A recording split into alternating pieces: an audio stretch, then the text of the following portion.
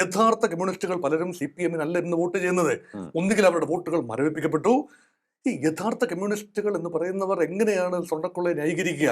ഈ സെക്യുലർ ചിന്താഗതിക്കാരെ മുസ്ലിങ്ങൾ ഞങ്ങൾക്ക് വോട്ട് ചെയ്യത്തുള്ളല്ലോ, UDF അങ്ങ് വർഗീയവൽക്കരിക്കപ്പെട്ട് കഴിഞ്ഞല്ലോ, അങ്ങനൊന്നും അല്ല ജനം ചിന്തിച്ചത്.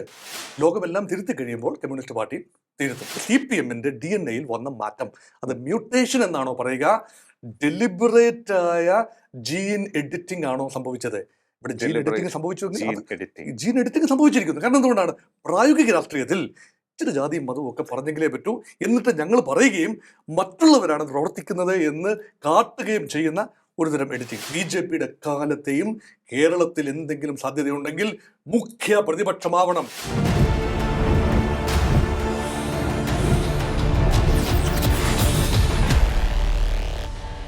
നമസ്കാരം, ടോക്കിംഗ് പോയിന്റിലേക്ക് സ്വാഗതം. തദ്ദേശ സ്വയംഭരണ തെരഞ്ഞെടുപ്പിൽ കളിയാകെ മാറി മറിയുന്നതാണ് നമ്മൾ കണ്ടത്. ഇടതുപക്ഷം എപ്പോഴും വെന്നിക്കൊടി പാറിക്കാറുള്ള മേഖലകളിലൊക്കെ തന്നെ UDFന്റെ കടന്നുകയറ്റം, കുതിച്ച് ചാട്ടം ഒക്കെ നമുക്ക് കാണാൻ സാധിക്കുകയാണ്. ഇവിടെ ഉയരുന്ന പ്രധാനപ്പെട്ട ചോദ്യം, നിയമസഭാ തെരഞ്ഞെടുപ്പിൽ ഇത് എത്രമാത്രം പ്രതിഫലിക്കും? കേരളം തുടർഭരണത്തിലൂടെ മുന്നോട്ട് കൊണ്ടുപോകുന്ന ഇടതുപക്ഷം ഇനി എന്ത് തന്ത്രമായിരിക്കും പയറ്റാൻ പോകുന്നത്? അനന്തപുരിയുടെ ഭരണം പിടിച്ച BJPക്ക് എത്രത്തോളം പ്രതീക്ഷ വെച്ച് പുലർത്താൻ സാധിക്കും?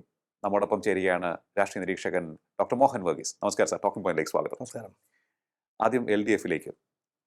ക്യാപ്റ്റന്റെ ടീമിന് അടിപതറിയിരിക്കുന്നു. അമിത ആത്മവിശ്വാസമോ, അതോ തന്ത്രങ്ങൾ ഫലിക്കാതെ പോയതോ, അതോ ഭരണവിരുദ്ധ വികാരമോ? ആശാന് അടവുകൾ പലതും പിഴയ്ക്കുന്നു. ആശാനെന്ന് ഞാൻ ഉദ്ദേശിച്ചത് മണി ആശാനെ കുറിച്ചാണ്. പലതരം ആശാന്മാര് ഉണ്ട്. അതിൽ മണി ആശാന്റെ ഒരു മോഡലാണ് ഇടതുപക്ഷം പൊതുവെ പയറ്റിയിരുന്നത്. എന്ന് പറഞ്ഞാൽ കിറ്റ്, ക്ഷേമ പെൻഷനുകൾ ഡയറക്ട്ലി ഫുഡ് ഉൾപ്പെടെ എത്തിക്കുക, അല്ലെങ്കിൽ എത്തി എന്ന പ്രതീതി ജനിപ്പിക്കുക. അതിൻ്റെ ഉദ്ദിഷ്ട കാര്യത്തിന് ഉപകാര സ്മരണ വോട്ടിന്റെ രൂപത്തിൽ ഇങ്ങനെ വന്ന് ധാരധാരയായി വീഴും. അങ്ങനെ വീണിട്ടുണ്ട്. അത് 5 വർഷം മുൻപ് 2 വട്ടം വീണു. നിയമസഭയിലും തദ്ദേശത്തിലും അത് വീണു. ഒരിക്കൽ കൂടി അത് വീഴും എന്ന ആശാൻ ഫോർമുലയാണ് അങ്ങ് ഇപ്പോൾ പത്തായത്തിൽ വെച്ച് പൂട്ടേണ്ടി വന്നിരിക്കുന്നത്. അങ്ങനെയെങ്കിൽ പുതിയ ഫോർമുലകൾ ഉണ്ടാകുമോ? അതാണ്, പുതിയ ഫോർമുല ഉണ്ടാകുമോ? ഇനി അധിക സമയമില്ല. ഇനി അധികം ക്യാപ്റ്റന്റെ മനസ്സിൽ എന്തായിരിക്കും ഇനി തന്ത്രം? ക്യാപ്റ്റന്റെ മനസ്സിൽ എല്ലാത്തരം തന്ത്രങ്ങളും ഉണ്ടാകണമല്ലോ. 18ാമത്തെ അടവ് ആദ്യം കയറി പ്രയോഗിക്കരുതല്ലോ. അതുകൊണ്ട് ചെറിയ ചെറിയ അടവുകൾ, അതിനെ പൊതുവെ CPM ഓമന പേരിട്ട് വിളിക്കും അടവ് നയം. അതെ, അടവ് നയം. അടവ് നയം എന്ന് പറഞ്ഞത് അടച്ചിട്ട മുറിയിലിരുന്ന് സംസാരിക്കുന്ന ചില കാര്യങ്ങൾ കളത്തിൽ പ്രാവർത്തികമാക്കുന്ന ചില അടവുകൾ. ഈ അടവുകൾ എന്ന് പറയുന്നത് പലപ്പോഴും ഈ കോലി-ബി സഖ്യം എന്നൊക്കെ ഒരു നറേറ്റീവ് കൊണ്ടുണ്ടാക്കി. കോൺഗ്രസ്, BJP ആൻഡ് മുസ്ലിം ലീഗ് സഖ്യം, അതൊക്കെ ബേപ്പൂർ, കുന്നമംഗലം മേഖലയിൽ ഒക്കെ അങ്ങനെ സഖ്യമുണ്ടായിരുന്നു എന്നൊരു നറേറ്റീവ്. പിന്നെ ചില സമയങ്ങളിൽ ഇടതുപക്ഷത്തിൻ്റെ തന്ത്രങ്ങളാണ് ആ മൂശയിൽ ഉരുത്തിരിഞ്ഞു വരുന്ന ആശാന്റെ കളരിയിലെ തന്ത്രങ്ങളാണ്. ഇടയ്ക്കിടയ്ക്കൊക്കെ ചില സമുദായ സംഘടനകൾ, മുസ്ലിം സംഘടനകൾ പ്രത്യേകിച്ച് വലിയ തീവ്രവാദ സംഘടനകളായി മുദ്ര കുത്തപ്പെടും. ചില സമയങ്ങളിൽ അതേ സംഘടനകൾ തന്നെ വെള്ളപൂശിയെടുത്ത് തങ്ങൾക്ക് വേണ്ടി ആക്കിയെടുക്കും. ഞാൻ ഉദ്ദേശിക്കുന്നത് ജമാഅത്തെ ഇസ്ലാമി പോലെയുള്ള ചില സംരംഭങ്ങളെ കുറിച്ചാണ്, സംഘടനകളെ കുറിച്ചാണ്. അപ്പൊ ജമാഅത്തെ ഇസ്ലാമി ബന്ധം ചില സമയത്ത് ആരോഗ്യപരമാണ്. LDFിനോടൊപ്പം നിൽക്കുമ്പോൾ ആരോഗ്യപരം. അതേസമയം UDFിനോടൊപ്പം ജമാഅത്തെ ഇസ്ലാമിയോ അതിന്റെ പാർട്ടിയായ വെൽഫെയർ പാർട്ടിയോ ചേർന്ന് നിൽക്കുമ്പോൾ അത് വർഗീയ വോട്ടാണ്. വർഗീയ പിന്തിരിപ്പൻ ശക്തികളുമായി UDF കൂട്ടുകൂടുന്നു. BJP വർഗീയത, ഹൈന്ദവ വർഗീയത ആളിക്കത്തിക്കുന്നു. ഒരു തരത്തിൽ പറഞ്ഞാൽ ശബരിമല വിശ്വാസ സംഗമം ഭൂരിപക്ഷ മത വർഗീയത എന്ന് പറയാനൊക്കില്ല എങ്കിൽ പോലും നായർ ഈഴവ കമ്മ്യൂണിറ്റിയുടെ ഉന്നത നേതാക്കളെ ഒരുമിച്ച് അണിനിരത്തുമ്പോൾ അതിന് കാർമ്മികത്വം വഹിക്കാൻ LDFന്റെ കൺവീനറും മുഖ്യമന്ത്രിയും എല്ലാം ചേർന്ന് വരുമ്പോൾ അതിനെ ഒരു തരത്തിൽ പറഞ്ഞാൽ ഒരു തരം ധ്രുവീകരണം എന്നല്ലേ പറയേണ്ടത്? അതെ. വെള്ളാപ്പള്ളി നടേശൻ എന്ന വ്യക്തി SNDP യോഗത്തിന്റെ ജനറൽ സെക്രട്ടറിയാണ്. അദ്ദേഹം നടത്തുന്ന ചില പ്രസ്താവനകൾ ഏതെങ്കിലും ന്യൂനപക്ഷ സമുദായത്തിന് ബുദ്ധിമുട്ടുണ്ടാക്കുന്നതാണ് എങ്കിൽ അത് തള്ളിപ്പറയുന്നതിന് പകരം എൻഡോഴ്സ് ചെയ്യുകയും സ്റ്റേറ്റ് കാർഡിൽ മുഖ്യമന്ത്രിയോടൊപ്പം വന്നിറങ്ങുന്ന വെള്ളാപ്പള്ളി നടേശൻ അത് നൽകുന്ന ഒപ്റ്റിക്സ് എന്താണ്? അപ്പം ഇവിടെ തന്ത്രം എന്ന് പറഞ്ഞാൽ ഈ ഇടതുപക്ഷത്തേക്ക് മുസ്ലിങ്ങൾ ധാരധാരയായി വന്നു എന്നത് ശരിയാണ്. ആദ്യം ചെറുതായും പിന്നീട് വലിയ തോതിലും ആ മുസ്ലിം ജനസാമാന്യത്തിൻ്റെ കാര്യമായ തലോടൽ അനുഭവിച്ചുകൊണ്ട് തന്നെയാണ് 2016-ലും 2021-ലും നിയമസഭാ തെരഞ്ഞെടുപ്പിൽ വൻ നേട്ടം CPM കൊയ്തത്. പക്ഷേ 2026-ൽ കളി മാറുന്നു. 25-ലെ കളി 24-ൽ തന്നെ ലോക്സഭാ തെരഞ്ഞെടുപ്പിൽ വ്യക്തമായ സൂചന മലബാർ മേഖലയിൽ കിട്ടി. അതിശക്തമായ കേന്ദ്രങ്ങളാണ് വടകര ഉൾപ്പെടെയുള്ള മേഖലകൾ. കണ്ണൂർ, കാസർഗോഡ്, വടകര, കോഴിക്കോട് ലോക്സഭാ മണ്ഡലങ്ങൾ പരാജയപ്പെട്ടതിൻ്റെ പിന്നിൽ യഥാർത്ഥത്തിൽ ഒരു Muslim consolidation in favour of UDF. അത് UDF ഒരു മുസ്ലിം പ്രീണന നയം സ്വീകരിച്ചതുകൊണ്ടാണോ, LDF ഉപയോഗിച്ച ഒരുതരം ഈ ഹൈന്ദവ പ്രീണന അല്ലെങ്കിൽ ഹൈന്ദവരുടെ ഒരു വിഭാഗത്തെ പ്രീണിപ്പിക്കുന്ന ഒരു നയം സ്വീകരിച്ചോ, അല്ലെങ്കിൽ അങ്ങനെ ഒരു നയത്തിൻ്റെ പ്രതിഫലനമായി കൊറോളറിയായി ഉണ്ടായ മുസ്ലിം സമുദായത്തിന് ചില ഒരു മാറിയ ചിന്തകൾ ഇത് അഡ്രസ്സ് ചെയ്യാൻ CPM-ന് കഴിയുന്നില്ല. കാരണം അവിടെ ധാർഷ്ട്യമാണ്. ഇവിടെ എല്ലാവരുടെയും വോട്ട് വേണം, പക്ഷേ വോട്ട് ബാങ്കായി മാത്രം കമ്മ്യൂണിറ്റിയെ കരുതും. പെട്ടെന്നൊരു നിമിഷം ഹിന്ദു കൺസോളിഡേഷൻ ഉണ്ടാകുന്നു, അങ്ങനെ BJP-യെ താഴ്ത്തിക്കെട്ടാം, UDF-ലെ ഹിന്ദു വോട്ട് ഉൾപ്പെടെ നമുക്ക് നേടിയെടുക്കാം, മുസ്ലിം വോട്ടുകൾ അല്ലേ തന്നെ വന്നോളുമല്ലോ, പിന്നെ ഈ സെക്യുലർ ചിന്താഗതിക്കാരെ മുസ്ലിങ്ങൾ ഞങ്ങൾക്ക് വോട്ട് ചെയ്യത്തുള്ളല്ലോ, UDF അങ്ങ് വർഗീയവൽക്കരിക്കപ്പെട്ട് കഴിഞ്ഞല്ലോ. അങ്ങനെയൊന്നും അല്ല ജനം ചിന്തിച്ചത്. അപ്പം ഇവിടെയാണ് അടവുകൾ മാറിപ്പിടിക്കുമ്പോൾ ഇനിയിപ്പോൾ ഇത് കൃത്യമായ മാർക്സിസ്റ്റ് പാർട്ടിക്ക് ഒരു ഗുണമുണ്ട്. ഇത് ഈ തെറ്റ് കണ്ടെത്തും, തിരുത്താൻ ഏറെ സമയമെടുക്കും. കമ്പ്യൂട്ടർ എന്നത് വലിയൊരു തെറ്റാണ് എന്ന് പണ്ട് കണ്ടെത്തി, പക്ഷെ പിന്നീട് അത് വലിയ ശരിയാണ് എന്ന് കണ്ടെത്തി. അപ്പോൾ തിരുത്താൻ ലോകമെല്ലാം തിരുത്തി കഴിയുമ്പോൾ കമ്മ്യൂണിസ്റ്റ് പാർട്ടി തിരുത്തും. അപ്പോൾ തിരുത്താൻ എത്ര നേരം? അത് 6 മാസം. ഇവിടെ എന്നോട് ചോദിച്ച ചോദ്യം 6 മാസം. ഈ തിരുത്താൻ 6 മാസം മതിയോ? കമ്മ്യൂണിസ്റ്റ് പാർട്ടിക്ക് ഒരു സ്പേസ് ഉണ്ട് കേരളത്തിൽ, നമുക്ക് തള്ളിക്കളയാനാവില്ല. ആ സ്പേസിനെ വോട്ടാക്കി മാറ്റിയെടുക്കാൻ കഴിയുമോ? യഥാർത്ഥ കമ്മ്യൂണിസ്റ്റുകൾ പലരും CPM-ന് അല്ല ഇന്ന് വോട്ട് ചെയ്യുന്നത്. ഒന്നുകിൽ അവരുടെ വോട്ടുകൾ മരവിപ്പിക്കപ്പെട്ടു. ഈ യഥാർത്ഥ കമ്മ്യൂണിസ്റ്റുകൾ എന്ന് പറയുന്നവർ എങ്ങനെയാണ് സ്വർണ്ണക്കൊള്ളയെ ന്യായീകരിക്കുക? എത്രയോ നമ്മൾ ചാനൽ ചർച്ചകളൊക്കെ കാണുന്ന പല മുഖങ്ങളും അവരൊക്കെ ഒറിജിനൽ കമ്മ്യൂണിസ്റ്റ് ഫേസസ് ആണ്, അല്ലെ സോഷ്യലിസ്റ്റ് ചിന്താഗതിയുള്ള ആളുകളാണ്. അവരാരും തന്നെ UDF മൈൻഡഡ് അല്ല. പക്ഷേ അവരിപ്പോൾ പറയുന്നത് പലതും നോക്കിക്കഴിഞ്ഞാൽ കടുത്ത പിണറായി വിരുദ്ധതയാണ്, അല്ലെങ്കിൽ CPM വിരുദ്ധതയാണ്. CPM-ന്റെ DNA-യിൽ വന്ന മാറ്റം, അത് മ്യൂട്ടേഷൻ എന്നാണോ പറയുക, ഡെലിബറേറ്റ് ആയ ജീൻ എഡിറ്റിംഗ് ആണോ സംഭവിച്ചത്? ഇവിടെ ജീൻ എഡിറ്റിംഗ് സംഭവിച്ചിരിക്കുന്നു. കാരണം എന്തുകൊണ്ടാണ്? പ്രായോഗിക രാഷ്ട്രീയത്തിൽ ഇച്ചിരി ജാതിയും മതവും ഒക്കെ പറഞ്ഞെങ്കിലേ പറ്റൂ, എന്നിട്ട് ഞങ്ങൾ പറയുകയും മറ്റുള്ളവരാണ് പ്രവർത്തിക്കുന്നത് എന്ന് കാട്ടുകയും ചെയ്യുന്ന ഒരുതരം എഡിറ്റിംഗ്. അത് മാത്രമല്ല, ബഹുരാഷ്ട്ര കുത്തകകളോട് സന്ധി ചെയ്തും പണം എത്തിക്കണം, അല്ലേ? അത് CPM രീതിയല്ല. ഈ നന്ദിഗ്രാമിലും സിംഘ്രൂഡിലും ഒക്കെ സംഭവിച്ചത് വളരെ അപകടകരമാണ് എന്ന് ബുദ്ധദേവ് ഭട്ടാചാര്യയോട് പണ്ട് പറഞ്ഞു, ബംഗാളിൽ ആളുകൾ പറഞ്ഞു, വിവരമുള്ളവർ പറഞ്ഞു. പക്ഷെ അത് തുടർന്നു. അപ്പോൾ ചങ്ങാത്ത മുതലാളിത്തം, ക്രോണി ക്യാപിറ്റലിസം CPM-ന്റെ രീതിശാസ്ത്രമായി ജനിതക ഘടനയായി മാറിയിരിക്കുന്നു. ജീൻ എഡിറ്റിങ്ങിലൂടെ ആ ഒരു സ്ട്രാൻഡ്, ചങ്ങാത്ത മുതലാളിത്തത്തിന്റെ സ്ട്രാൻഡ് കുത്തിവയ്ക്കപ്പെട്ടു. അത് യഥാർത്ഥ കമ്മ്യൂണിസ്റ്റുകൾ സഹിക്കില്ല. ഒരുപക്ഷെ ഓച്ചിയത്ത് വേറാമലയിലുമൊക്കെ RMP-ക്കാരൊക്കെയാണ് യഥാർത്ഥ കമ്മ്യൂണിസ്റ്റുകൾ. അവർ സമ്മതിക്കില്ല. അവിടെ ആ സ്പേസാണ്. ആ സ്പേസിനെ തിരിച്ചു പിടിക്കാൻ കഴിയുമോ?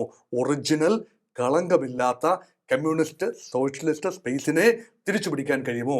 ജാതിക്കും EK നായനാരുടെ കാലത്ത് ഒരിക്കലും ഒരു വിജയമുണ്ടായി. അത് എല്ലാ ശക്തികളും, വർഗീയ ശക്തികൾ എന്ന് പറയപ്പെടുന്ന ആളുകളെല്ലാം മറുപക്ഷത്തായിരുന്നു. പക്ഷെ ശുദ്ധമായ കമ്മ്യൂണിസ്റ്റ് സ്പേസ് അവിടെ ഉണ്ട്. CPM-ഉം CPI-യൊക്കെ ഒരുമിച്ച് നിന്നുകൊണ്ട് അങ്ങനെ ഒരു സ്പേസ് ഉണ്ട്. പക്ഷെ അങ്ങനെ ഇല്ല എന്ന് പറയുമ്പോൾ കോൺഗ്രസ് ആണോ CPM ആണോ ഏറെ വലത്തേക്ക് തിരിയുന്നത് എന്നുള്ളതിന്റെ ചർച്ചയാണ് ഇവിടെ നടക്കുന്നത്. എനിക്കൊന്ന് അത് പ്രൂവ് ചെയ്യാനാണ് തോന്നുന്നു CPI ശ്രമിച്ചത്. CPI അകത്ത് നിന്നുകൊണ്ട് തിരുത്തൽ ശക്തിയായി, പക്ഷെ വഞ്ചി വല്ലാതെ ഉലഞ്ഞു. PM ശ്രീ അകത്ത് നിന്നുകൊണ്ട് തിരുത്താൻ ശ്രമിച്ചപ്പോൾ സംഭവിച്ചത്, ഇവിടെ CPM-ന്റെ മുഖംമൂടി അഴിഞ്ഞു വീണു. ഇൻ ദ പ്രോസസ് CPI-ക്കും ദോഷം ചെയ്തു. നോക്കൂ, കൊല്ലം ജില്ലയിലും തൃശ്ശൂർ ജില്ലയിലും ഉണ്ടായ LDF-നുണ്ടായ വലിയ തിരിച്ചടി, അത് CPI-യുടെ കൂടെ പരാജയമല്ലേ. ആകെ 2 ജില്ലകളിലെ CPI-ക്ക് കാര്യമായ പ്രാതിനിധ്യമുള്ളൂ. ശരിയാണ്. തൃശ്ശൂർ കോർപ്പറേഷൻ നഷ്ടപ്പെട്ടു. അതിനർത്ഥം എന്താ? CPM-നോടൊപ്പം CPI-ക്കും തുല്യമായ പങ്കാളിത്തമുണ്ട് അവിടെ. കൊല്ലത്തിന്റെ കിഴക്കൻ മേഖലയിൽ LDF സാമാന്യ ശക്തി CPI-യുടെ കേന്ദ്രങ്ങളാണ്. പലപ്പോഴും കൊല്ലം നഗരത്തിൽ എന്ത് പറ്റി? വർഷങ്ങളായി CPM-ന്റെ അല്ലെങ്കിൽ LDF-ന്റെ കൈവശമുണ്ടായിരുന്ന കൊല്ലം കോർപ്പറേഷൻ UDF-ന് തീരെഴുതി കൊടുക്കേണ്ടി വരുന്നു. ഇപ്പൊ ഇവിടെ LDF-നുള്ളിലെ ഐക്യം അല്ലെങ്കിൽ ആ ഒരു കളക്റ്റീവ് ഫേസ് എന്നൊരു ചിന്ത ഇപ്പൊ നാട്ടുകാർക്കില്ല. അത് മാത്രമല്ല, ഈ CPI തിരുത്താൻ ശ്രമിക്കുമ്പോഴും CPM-ന്റെ ഒരു ഐഡിയാസാണ് മുന്നോട്ട് പോകുന്നത്. CPIക്ക് ശബ്ദം വെക്കാനേ ആവൂ, ശബ്ദം വെച്ച് അവസാനം കീഴടങ്ങുന്നു, അല്ലെങ്കിൽ CPM തൽക്കാലം വഴങ്ങി കൊടുക്കുന്നു തന്ത്രപരമായി. ഇതൊക്കെ ജനം കാണുന്നുണ്ട്. അതോടൊപ്പമാണ് നോൺ ഇഷ്യൂസ്. രാഹുൽ മാങ്കൂട്ടത്തിൽ ഒറ്റപ്പെട്ട ഒരു വിഷയമാണ് സ്ത്രീ സൗഹൃദം അല്ലെങ്കിൽ സ്ത്രീ സുരക്ഷ. തീർച്ചയായിട്ടും വിഷയമാണ്. അതിനെ ഏതറ്റം വരെ ആളിക്കത്തിക്കാം. മറ്റ് ജെനുവിൻ വിഷയങ്ങളുണ്ട്. CPM-ന്റെ തന്നെ അല്ലെങ്കിൽ ഭരണകൂടം തന്നെ കൊണ്ടുവന്ന ക്ഷേമ പദ്ധതികളുണ്ട്. അതേക്കുറിച്ച് പുരപ്പുറത്ത് കയറി വിളിച്ചു പോകാനുള്ള വിലയേറിയ സമയം കൂടിയാണ് അനാവശ്യ ചർച്ചയിലൂടെ രാഹുൽ മാങ്കൂട്ടത്തിൽ ചർച്ചയിലൂടെ നഷ്ടപ്പെടുത്തിയത്. അതാണോ വിഷയം? ഈ ഒരു വ്യക്തിയുടെ ലൈംഗിക വൈകൃതങ്ങളാണോ കേരളം സംസാരിക്കേണ്ട ഏക വിഷയം? അത് സംസാരിക്കണം, വേണ്ടെന്നല്ല, അത് മാത്രമാണോ സംസാരിക്കേണ്ടത്? ഇവിടെയൊക്കെ ചക്കിന് വെച്ചത് കൊക്കിന് കൊണ്ടു. അതുകൊണ്ട് CPM സത്യത്തിൽ ഈ കക്ഷത്തിലിരുന്നതങ്ങ് താഴെ പോയി എന്ന് പറഞ്ഞാൽ, ക്ഷേമ പദ്ധതികളുടെ പ്രയോജനം അതെല്ലാം നൽകുന്ന ഒരു ആലസ്യം എല്ലാം ഉണ്ട്. അത് ഉത്തരത്തിലിരുന്നത് എടുക്കാൻ പറ്റിയതുമില്ല. അതാണ് മണിയാശാൻ പറഞ്ഞ ആ ഒരു ബുദ്ധിമുട്ട്. ചങ്കുരുകിയാണ് പറഞ്ഞത്. ഞങ്ങൾ തന്ന പണമാഹാരം നിങ്ങൾ ഭക്ഷിച്ചതിന് ശേഷം പൊടിയും തട്ടിയങ്ങ്, ഇങ്ങനെയൊക്കെയാണല്ലോ മണിയാശാൻ. പൊടിയും തട്ടിയങ്ങ് പോയാൽ ആ വാക്കല്ല, മണിയാശാൻ പറഞ്ഞ വാക്ക് ഒരിക്കൽ കൂടി പറയാൻ നമ്മുടെ സംസ്കാരം അനുവദിക്കുന്നില്ലാത്തത് കൊണ്ട് അത് ഉച്ചരിക്കാനാവില്ല. ആശയം ഇത് തന്നെയാണ്. ഇതിനർത്ഥം എന്താ? ഒരിക്കൽ കൂടി ജനത്തെ വോട്ട് ചെയ്ത ജനത്തെ പരിഹസിച്ചിരിക്കുന്നു, ജനാധിപത്യ പ്രക്രിയയെ പരിഹസിച്ചിരിക്കുന്നു. എന്തുകൊണ്ടാണ്? ഇത് മണിയാശാന്റെ കുടുംബ സ്വത്തല്ല, മുഖ്യമന്ത്രിയുടെയോ CPM-ന്റെയോ ഭരണകൂടത്തിന്റെയോ സ്വത്തല്ല. നികുതിദായകന്റെ പണമാണ് ക്ഷേമ പദ്ധതികളിലൂടെ പെൻഷനായി ജനങ്ങളിലേക്ക് ആഹാരമായി ഒക്കെ എത്തുന്നത്. ആ ആഹാരത്തിന് മര്യാദയ്ക്ക് ആഹാരം വാങ്ങി കഴിച്ച് നന്ദിപൂർവ്വം വാലുമാട്ടി വോട്ട് ചെയ്തിട്ട് പോയി കിടന്ന് ഉറങ്ങിക്കോണം. ഇത് ഞങ്ങളുടെ നയമാണ്. ഒരു മാടമ്പി സ്വഭാവം, അത് ശരിയല്ല. ആ മാടമ്പിത്തം അത് കേരളത്തിൽ വേവില്ല. ആ നാട്ടുഭാഷ എന്ന ഒരു അലവൻസ് കൊടുക്കാമെങ്കിലും നാട്ടുഭാഷയ്ക്ക് അതീതമാണത്. ആ ചിന്ത, അടിസ്ഥാനപരമായ ചിന്ത, ഭാഷ. ഓക്കെ, മണിയാശാൻ അതല്ല, അതിനേക്കാൾ കടുത്ത ഭാഷ ഉപയോഗിച്ചാലും ഐ സ്റ്റാൻഡ് ബൈ ദാറ്റ്. പക്ഷേ അതിനുള്ളിൽ അന്തർലീനമായ ആശയം ധാർഷ്ട്യത്തിന്റെ, ധിക്കാരത്തിന്റെ, അഹങ്കാരത്തിന്റെ ഭാഷയാണ്. അത് LDF-നെ മുന്നോട്ട് നയിക്കില്ല. ഏറെക്കാലം കേരളം മറക്കാതിരിക്കാൻ പോകുന്ന ഒരു സ്റ്റേറ്റ്മെന്റ് ആവും അതെന്ന് എനിക്ക് തോന്നുന്നു. എന്തായാലും അദ്ദേഹം കഴിഞ്ഞ ദിവസത്തെ വികാരത്തിൽ പറഞ്ഞതാണ് എന്നുള്ളത് അതൊന്നും ജനങ്ങൾ ഇനിയൊന്നും പ്രയാസം കൊണ്ട് പറഞ്ഞതാണ്. പക്ഷെ അതാണ് യഥാർത്ഥ വികാരം. അതാണ് യഥാർത്ഥ വികാരം. എന്തായാലും നമ്മൾ ഇനി നോക്കുമ്പോൾ രണ്ട് കാര്യങ്ങൾ ഞാൻ കേൾക്കുന്നു, അല്ലെങ്കിൽ ചില സൂചനകളിലായി വരുന്നുണ്ട്. ഒന്ന്, ഈ LDF-ന് ഇപ്പോൾ നേരിട്ടുകൊണ്ടിരിക്കുന്ന ആരോപണങ്ങൾ ചില്ലറയല്ല.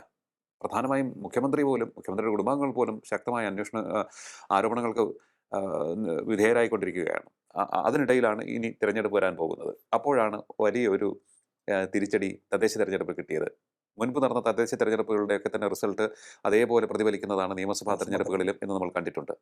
വല്ലാതെ ആശങ്കയിലാണെന്ന് തോന്നുന്നു ഇടതുപക്ഷം. അവർക്ക് ഭരണം നഷ്ടപ്പെടുന്ന ഒരു സാഹചര്യം ചിന്തിക്കാൻ പോലും സാധിക്കുമെന്ന് തോന്നുന്നില്ല. പ്രത്യേകിച്ച് ഈ അഴിമതി ആരോപണങ്ങൾ ഉള്ളത് കൊണ്ട് തന്നെ അതിൻ്റെ അന്വേഷണം ഏത് തരത്തിലേക്ക് പോകും എന്നുള്ളത് കൊണ്ട്. അപ്പോൾ എന്തായിരിക്കും ഇനി അവർ ചെയ്യുന്നത്? ഇനി ഏതെങ്കിലും തരത്തിലുള്ള നീക്കുപോക്കുകൾക്ക് അവർ തയ്യാറായേക്കുമോ എന്ന ഒരു ചോദ്യം പലരും ചോദിക്കുന്നുണ്ട്. അത് രഹസ്യമായാണ് ചോദിക്കുന്നത്. ആ ചോദ്യത്തിൻ്റെ അർത്ഥം എന്ന് പറയുന്നത് രഹസ്യധാരണയെ സംബന്ധിച്ചാണ്. BJP-യുമായി ഏതെങ്കിലും തരത്തിലുള്ള രഹസ്യ നീക്കുപോക്കുണ്ടാക്കിയേക്കുമോ ഭരണത്തിൽ തുടരാൻ വേണ്ടി? ഈ ഒരു കാര്യം കൂടി എനിക്ക് അറിഞ്ഞാൽ കൊള്ളാവുന്നുണ്ട്. എന്താണ് അങ്ങയുടെ മനസ്സ് പറയുന്നത്? ഇത് വളരെ സങ്കീർണമായ ഒരു കാര്യമാണ്. നമ്മളെ കേൾക്കുന്ന പ്രേക്ഷകർ അത് കതിരും പതിരും തെളിച്ച് മനസ്സിലാക്കണം എന്ന ഒരു താല്പര്യം കൊണ്ട് ഞാനത് വിശദീകരിക്കുന്നു. അല്ല, ഇത് വളരെ സങ്കീർണമാണ്. ഇങ്ങനെ ഒരു ടോക്ക് ഉണ്ട്, അതുകൊണ്ടാണ് ആ ടോക്ക് അസ്ഥാനത്തല്ല. എന്റെ അഭിപ്രായമാണ് ഞാൻ പറയുന്നത്, അസ്ഥാനത്തല്ല. ലോജിക്കലി ഒന്ന് ചിന്തിച്ചു നോക്കും. മറ്റു കാര്യങ്ങളെല്ലാം മാറ്റി നിർത്തി ധാർമ്മികത, ന്യായം, നീതി, രാഷ്ട്രീയ സദാചാരം എന്നിവയൊക്കെ തന്നെ മാറ്റിവെച്ചതിന് ശേഷം പ്രായോഗികമായി ഒന്ന് ചിന്തിച്ചു നോക്കൂ. LDF ഈ തെരഞ്ഞെടുപ്പിൽ, ഇനി വരാൻ പോകുന്ന നിയമസഭാ തെരഞ്ഞെടുപ്പിൽ അമ്പെ പരാജയപ്പെടുന്നു. അതാണല്ലോ സാധ്യത. അതുപോലെ തന്നെ അങ്ങനെയാണല്ലോ പറഞ്ഞത്. അത് ശരിയാണ്. തദ്ദേശത്തിന്റെ ഏതാണ്ട് അതേ റിഫ്ലക്ഷനാണ് ഇപ്പോഴത്തെ നിലയിൽ തദ്ദേശം. കഴിഞ്ഞ 2021 20 തദ്ദേശത്തിൽ സംഭവിച്ചത് കൃത്യമായി 99 മണ്ഡലത്തിലാണ് അതുപോലെ വന്നു. LDF ലീഡ് ഉണ്ടായിരുന്നത് തദ്ദേശമനുസരിച്ച്. ആ 99 മണ്ഡലത്തിൽ തന്നെ LDF വിജയിച്ചു വരികയും ചെയ്തു. ഇപ്രാവശ്യം 86 മണ്ഡലത്തിലാണ് UDF ലീഡ്. ആ 86 മണ്ഡലങ്ങളിൽ ഒരുപക്ഷെ അതിനേക്കാൾ കൂടുതൽ UDF ജയിച്ചു വരാവുന്ന ഒരു അന്തരീക്ഷമാണ് ഇത്. ഒറ്റക്കെട്ടായി നിന്നാൽ ശക്തമായ ഒരു മുന്നേറ്റം നടത്താൻ സാധിക്കും. When other things remain equal. അതെ.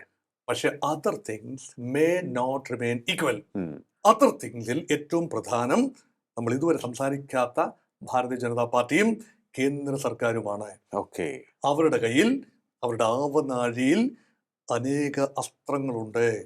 അത് മാത്രമല്ല ആന്റി ബാലിസ്റ്റിക് മിസൈലുകളുണ്ട്.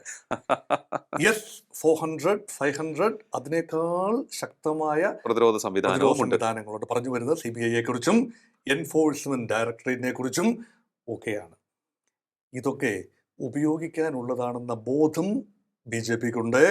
ഇതൊക്കെ ഉപയോഗിക്കുമ്പോൾ ഏതറ്റം വരെ പോകും എന്ന് CPM അറിയാം.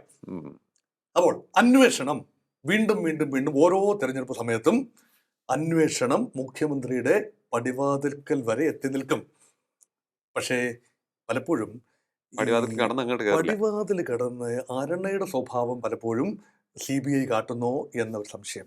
കടിക്കാൻ ഓടി വരും, പക്ഷെ വന്നു കഴിഞ്ഞ് എന്തിനാണ് വന്നത് എന്ന് മറന്ന് തിരിച്ചു പോകുന്ന CBIയെയും EDയെയും എല്ലാം കാണുന്നു. ഇത് മറന്നു പോകുന്നതാണോ, മറക്കാൻ എന്തോ ലേപനം തേച്ച് അതിനെ വിട്ട ആളുകൾ വിടുന്നതാണോ എന്ന സംശയമാണ്. അങ്ങനെയെങ്കിൽ അതെന്തിന്? അവിടെയാണ് ചോദ്യം. അതാണ് ചോദ്യം, നിർണായക ചോദ്യം. എന്തിന്?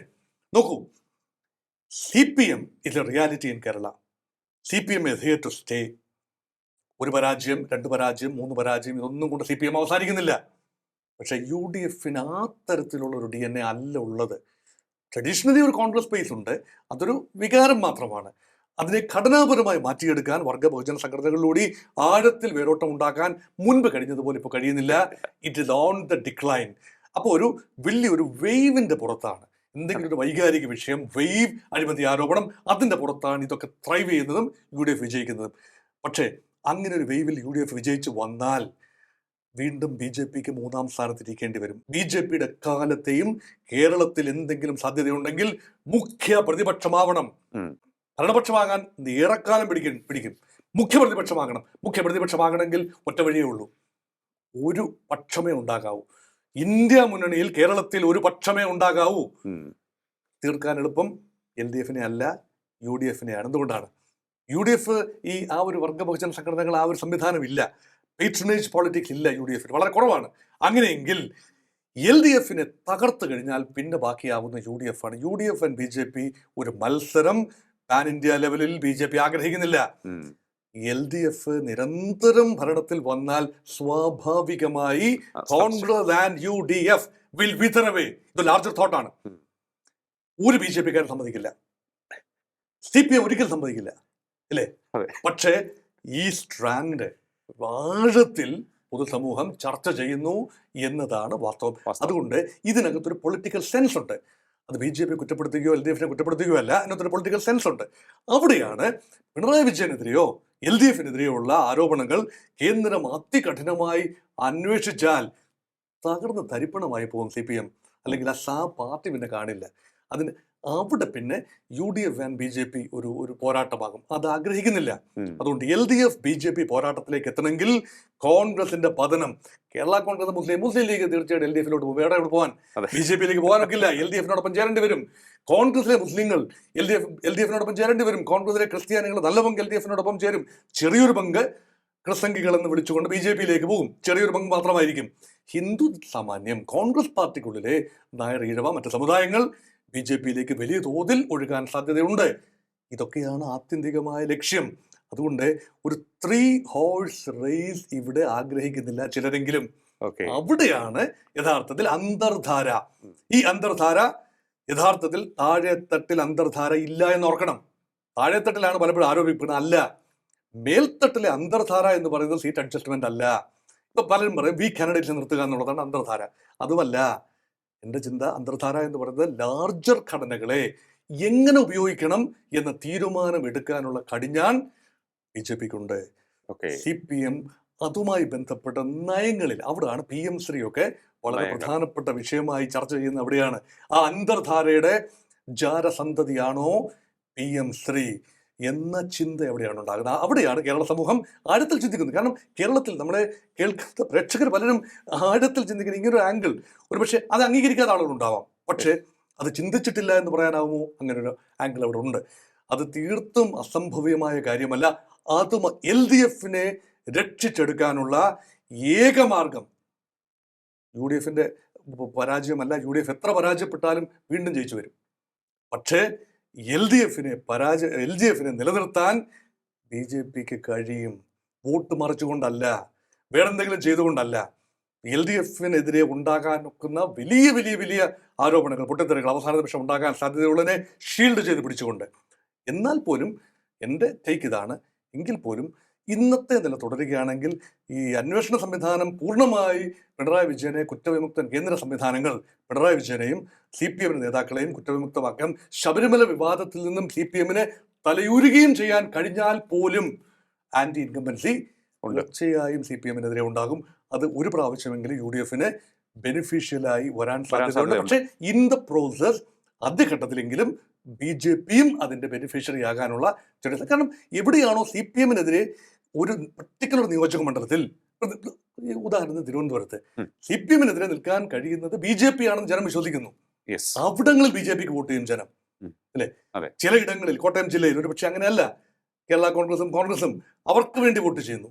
ആ രീതിയിലുള്ള മൾട്ടിപ്പിൾ വോട്ടിംഗ് പാറ്റേൺ, ആ രീതിയിൽ കേരളത്തിന്റെ മനസ്സ് വളർന്നു കഴിഞ്ഞു എന്നാണ് എനിക്ക് തോന്നുന്നത്. അതുകൊണ്ട് തൽക്കാലം അങ്ങനെ സംഭവിക്കൂ.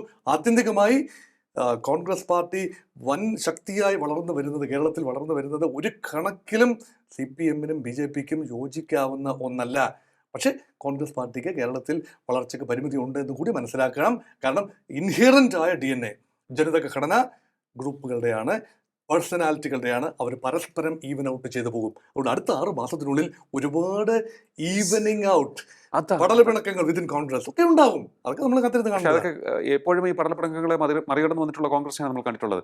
അതിന് പക്ഷേ കാര്യപ്രാപ്തിയുള്ള, പക്വതയുള്ള നേതാക്കൾ ഉണ്ടായിരുന്നു അന്ന്, ഈ മെയ്വഴക്കമുള്ള നേതാക്കൾ ഉണ്ടായിരുന്നു. ഇന്ന് ആ ഏറ്റവും ടോപ്പിൽ നിൽക്കുന്ന ഒരു നേതാവിൻ്റെ അഭാവം, ഉമ്മൻചാണ്ടി, കരുണാകരൻ, അങ്ങനെയുള്ള ഒരാൾ അവിടെ നിന്നിട്ടാ നമുക്ക് ഇങ്ങനെയൊക്കെ ചെയ്യാം എന്ന് കൃത്യമായി നിയന്ത്രിച്ച് എല്ലാവരെയും ഒരുമിച്ച് നിർത്തുന്ന ഒരു നേതാവിൻ്റെ കുറവ് കോൺഗ്രസിലുണ്ട്. അത് UDFനെയും ബാധിക്കുന്നുണ്ടെന്ന് തോന്നുന്നു. ഒരു ഏതാനും ഇഞ്ചുകൾ കഴിഞ്ഞ 24 മണിക്കൂറിനുള്ളിൽ VD സതീശന് കൂടിയിട്ടുണ്ടെന്നാണ് അടിയന്റെ പക്ഷം. അതെ എന്ന് പറഞ്ഞാൽ ഡബിൾ ഒരു വാമി എന്ന് പറഞ്ഞാൽ, ഒന്ന്, ഒരു ക്രൈസിസ് മാനേജ്മെന്റ്, കോൺഗ്രസിന്റെ ക്രൈസിസ്. രാഹുൽ മാങ്കൂട്ടൽ വിഷയം ഒരു ക്രൈസിസ് ആണ്. അദ്ദേഹം പറയുന്നു, പ്രതിപക്ഷ നേതാവ് VD സതീശൻ പറയുന്നു, എനിക്ക് ചില ബോധ്യങ്ങളുണ്ട്, അതിന്റെ അടിസ്ഥാനത്തിൽ ഞാൻ കട്ടക്ക് നിൽക്കുകയാണ്. മറ്റെല്ലാവരും തെറി വിളിച്ചു. പക്ഷെ ആത്യന്തികമായി സതീശൻ ലൈൻ വിജയിച്ചു വരുന്നു. അപ്പൊ ഇനി നിയമസഭാ തെരഞ്ഞെടുപ്പിലും അദ്ദേഹത്തിന് ഉണ്ട് ആ ഒരു ഘടകം. അപ്പം ആളുകൾ പിന്നെ ഗൗരവത്തിൽ എടുക്കുന്ന ആരെയാണ്? പറഞ്ഞ വാക്കിന് ഉറപ്പുള്ളവനെയാണ് മനുഷ്യന് വേണ്ടത്. 2, track record. There's a wonderful, exquisite track record for VD Satheesan. ഒരു തെരഞ്ഞെടുപ്പും പരാജയപ്പെട്ടിട്ടില്ല. അദ്ദേഹം പ്രതിപക്ഷ നേതാവായതിനു ശേഷം നടന്ന എല്ലാ ഉപതെരഞ്ഞെടുപ്പുകളും, ചേലക്കര ഒഴിച്ചു നിർത്തിയാൽ, ചേലക്കര പോലും ഭൂരിപക്ഷം കുറച്ചു കൊണ്ടുവരാൻ പറ്റി, മറ്റെല്ലാ ഉപതെരഞ്ഞെടുപ്പുകളും വിജയിച്ചു വന്നു. പാർലമെന്റ് തെരഞ്ഞെടുപ്പിൽ ഉജ്ജ്വലമായ വിജയം. അതിനുശേഷം ഇതാ തദ്ദേശ തെരഞ്ഞെടുപ്പിലും. ഇനി താൻ എന്താണ് ചെയ്യുക? സ്വാഭാവികമായി സതീശൻ ജനങ്ങളോട്, കോൺഗ്രസ് നേതാക്കളോടല്ല, ഹൈക്കമാൻഡിനോടല്ല, ഹൈക്കമാൻഡിന് വലിയ കണ്ണിലുണ്ണിയൊന്നും അല്ല സതീശൻ, പക്ഷേ ജനങ്ങളുടെ മുമ്പിൽ സതീശൻ തലപ്പൊക്കത്തിൽ നിൽക്കുന്നു. രമേശ് ചെന്നിത്തലയേക്കാൾ, മറ്റ് കോൺഗ്രസ് നേതാക്കളെക്കാൾ ഒക്കെ തന്നെ തലപ്പൊക്കത്തിൽ നിൽക്കുന്നു. ഒരുപക്ഷെ അങ്കലാപ്പിലായിരിക്കുന്നത് KC വേണുഗോപാലാണ്. KC വേണുഗോപാൽ തന്ത്രങ്ങൾ വിജയിച്ചു എന്നൊക്കെ പറഞ്ഞാൽ പോലും ഇവിടെ മെറിറ്റ് പോകുന്നത് പ്രതിപക്ഷ നേതാവിനാണ്. തീർച്ചയായും സണ്ണി ജോസഫ് KPC പ്രസിഡന്റ് എന്നുള്ള നിലയിൽ ദുർബലൻ എന്ന് ഒരു പേര് വന്നു. പക്ഷേ അദ്ദേഹത്തിന്റെ കിരീടത്തിലും പൊന്തൂവലുകളായല്ലോ. ഇത് വലിയൊരു നേട്ടം തന്നെയാണ്. അവിടെ തലപ്പൊക്കത്തിൽ ഇപ്പോൾ നിൽക്കുന്നത് VD സതീശനാണ്. സ്വാഭാവികമായി ഞാൻ നേരത്തെ പറഞ്ഞല്ലോ, ഒരുത്തൻ രക്ഷപ്പെടാൻ കോൺഗ്രസിൽ സമ്മതിക്കുമോ? മറ്റുള്ളവർ താഴേക്ക് പിടിച്ചു വലിച്ചാൽ അതാണ് ഒരുപക്ഷെ CPMന്റെ ആഗ്രഹിക്കാവുന്ന ഈ BJP സഹകരണം. മറിച്ചു നിർത്തിയാൽ കോൺഗ്രസിന്റെ തന്നെ സ്വന്തം ഭാരത്താൽ, സ്വന്തം നേതൃധാരാളിത്തത്താൽ തകരുന്ന കോൺഗ്രസ്, അതും ഒരു സാധ്യതയാണ്. പക്ഷെ പൂർണ്ണമായി എത്ര തകർന്നാലും പൂർണ്ണമായി തകരുന്ന അല്ല എങ്കിൽ കോൺഗ്രസ് ഇല്ല എന്ന് ഇവർക്കെല്ലാം അറിയാം. ഈ പറയുന്ന ചക്രവർത്തി പോരാട്ടത്തിലുള്ള എല്ലാ നേതാക്കൾക്കും അറിയാം. ഇനി ഒരിക്കൽ കൂടി പ്രതിപക്ഷത്തിരിക്കേണ്ടി വന്നാൽ തങ്ങൾ പിന്നെ മറ്റു പാർട്ടികളിൽ ചേരുക എന്നുള്ളതേ ഉള്ളൂ വഴി എന്നും അറിയാം. അതുകൊണ്ട് ചിലപ്പം തൽക്കാല നിയമസഭാ തെരഞ്ഞെടുപ്പ് വരെ പഞ്ചപുച്ഛമടക്കി അങ്ങോട്ടും ഇങ്ങോട്ടും സഹിച്ചു ക്ഷമിച്ചു നിൽക്കാനും സാധ്യതയുണ്ട്. തീർച്ചയായിട്ടും. എന്തായാലും അതിനാണെന്ന് തോന്നുന്നു കൂടുതൽ സാധ്യത. കാരണം ഇത്രയും നാൾ പ്രതിപക്ഷത്തിരുന്നു, ഇനി അങ്ങോട്ട് സഹിക്കാൻ വയ്യ ഈ അവസ്ഥ. തീർച്ചയായിട്ടും കേരളം ഇനി കാണാൻ പോകുന്നത് നമ്മൾ ഇതുവരെ കണ്ടിട്ടില്ലാത്ത അത്രയും വളരെ വളരെ സൂക്ഷ്മവും അതിനൊപ്പം തന്നെ സങ്കീർണവുമായ രാഷ്ട്രീയ നീക്കങ്ങൾക്കാണ് എന്നുള്ള കാര്യത്തിൽ യാതൊരു സംശയവുമില്ല. അത് ഇടതുപക്ഷം പയറ്റും, BJP പയറ്റും, UDF പ്രത്യേകിച്ച് കോൺഗ്രസ് പയറ്റും എന്നുള്ള കാര്യത്തിൽ യാതൊരു സംശയവുമില്ല. കോൺഗ്രസ് ഇതുവരെ പഠിച്ച പാഠങ്ങൾ മറക്കാതിരുന്നാൽ അവർക്ക് അധികാരത്തിലേക്ക് ഉള്ള ഒരു വഴി തെളിഞ്ഞു കാണുന്നുണ്ട്, നേരിയ രീതിയിൽ തെളിഞ്ഞു കാണുന്നുണ്ട്. അത് അവർ മായ്ച്ചു കളയാതിരിക്കട്ടെ തമ്മിലടി കാരണം. ഇപ്പോൾ മോഹൻ സാർ പറഞ്ഞതുപോലെ നല്ലൊരു തലപ്പൊക്കത്തിലേക്ക് VD സതീശൻ എത്തിയിട്ടുണ്ട്. അദ്ദേഹത്തിന് വിജയം അവകാശപ്പെടാനുള്ള ഒരു ഒരു അവസ്ഥയാണ് ഇന്ന് കേരളത്തിൽ നിലനിൽക്കുന്നത്. അത് അംഗീകരിച്ചുകൊണ്ട് തമ്മിലടിക്കാതെ അദ്ദേഹത്തിനൊപ്പം നിന്നാൽ അദ്ദേഹം നയിക്കും നിങ്ങളെ അധികാരത്തിലേക്ക്. മറുവശത്തുള്ളവർ ചില്ലറക്കാരല്ലെന്ന് മറക്കരുത്. പിണറായി വിജയൻ നയിക്കുന്ന LDFും ഒപ്പം തന്നെ രാജീവ് ചന്ദ്രശേഖരന്റെ NDAയും BJPയും മറുവശത്തുണ്ട്. അത് മറക്കരുത്. അവർ കരുത്തരാണ്. ഒരു കാരണവശാലും ഒരിഞ്ച് പോലും നിങ്ങൾക്ക് റിലാക്സ് ചെയ്യാനുള്ള സമയമില്ല. അതാണ് ഇന്ന് കേരളം നിങ്ങൾക്ക് വെച്ചിരിക്കുന്ന ഈ തദ്ദേശ തിരഞ്ഞെടുപ്പ് റിസൾട്ട് പറയുന്നത്. വളരെയധികം നന്ദി സാർ, ഇത്രയും സമയം ടോക്കിംഗ് പോയിന്റുമായി സംസാരിച്ചത്. ടോക്കിംഗ് പോയിന്റ് ഈ അധ്യായം ഇവിടെ പൂർണ്ണമാകുന്നു. ഇനി അടുത്ത എപ്പിസോഡ് കാണാം നമുക്ക്. നമസ്കാരം.